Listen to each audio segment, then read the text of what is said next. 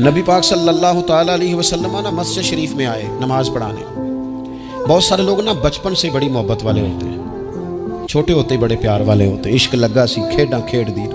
چھوٹا سا بچہ حضور مسجد میں آئے نماز پڑھانے تو نبی کریم علیہ السلام نے اپنے نالین مبارک اتارے تو اس بچے نے فٹافٹ اٹھا لیے، اٹھا کے نا پھر اس نے وہ جوتے صاف کیے، صاف کر کے اپنے پاس رکھ لیے۔ حضور نماز پڑھا کے باہر نکلے، چھوٹی سی عمر ہے، اس نے حضور کے سامنے نا وہ یوں کر کے نالین شریف رکھے، کریم رسول نے پہن لیے، حضور مسکرا کے چلے گئے۔ کیسا نصیبوں والا بچہ ہے۔ اگلی صبح پھر حضور نماز کے لیے آئے تو اس نے اسی طرح محبوب نے جوتے اتارے تو اس نے اٹھا لیے، پھر حضور کے جوتوں کو صاف کیا، پھر اپنے پاس سنبھال لیے۔ حضور نے نماز پڑھائی، فراغت کے بعد کریم نکلے تو اس نے پھر اسی طرح جوتے رکھے۔ تیسرا دن ہوا، وہ یوں سامنے کھڑا ہے، حضور نے یوں مسکرا کے دیکھا، کریم نے دیکھا، محبوب نے جوتے اتارے، اس نے تھامے، صاف کیے، اپنے پاس رکھ لیے۔ حضور تکمیل نماز پر باہر نکلے، جوتے اس نے سامنے رکھے۔ اب حضور نے پوچھا بیٹا کیا نام ہے؟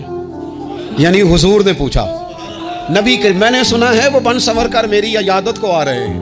یہ دیکھو نا، نرخ بازار محبت کا انوکھا ہی ہو گیا، نرخ بازار محبت کا انوکھا ہی ہو گیا، خود خریداروں میں شامل آ کے مولا ہو گیا۔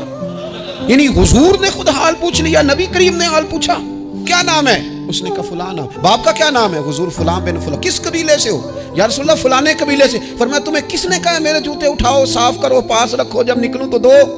عرض کرنے لگے حضور کسی نے بھی نہیں کہا، میرا دل کرتا ہے۔ یا رسول اللہ میرا دل کرتا ہے، مجھے کسی نے بھی نہیں کہا۔ محبوب کریم نے نا وہیں کھڑے کھڑے دوبارہ رخ پھیرا مسجد کی جانب، کعبے کی جانب منہ کر کے حضور فرمانے لگے اے اللہ، یہ تجھے راضی کرنا چاہتا ہے، تو بھی اس سے راضی ہو جا۔ اے اللہ، جیسے یہ میری خوشی چاہتا ہے تو بھی اسے خوش کر دے۔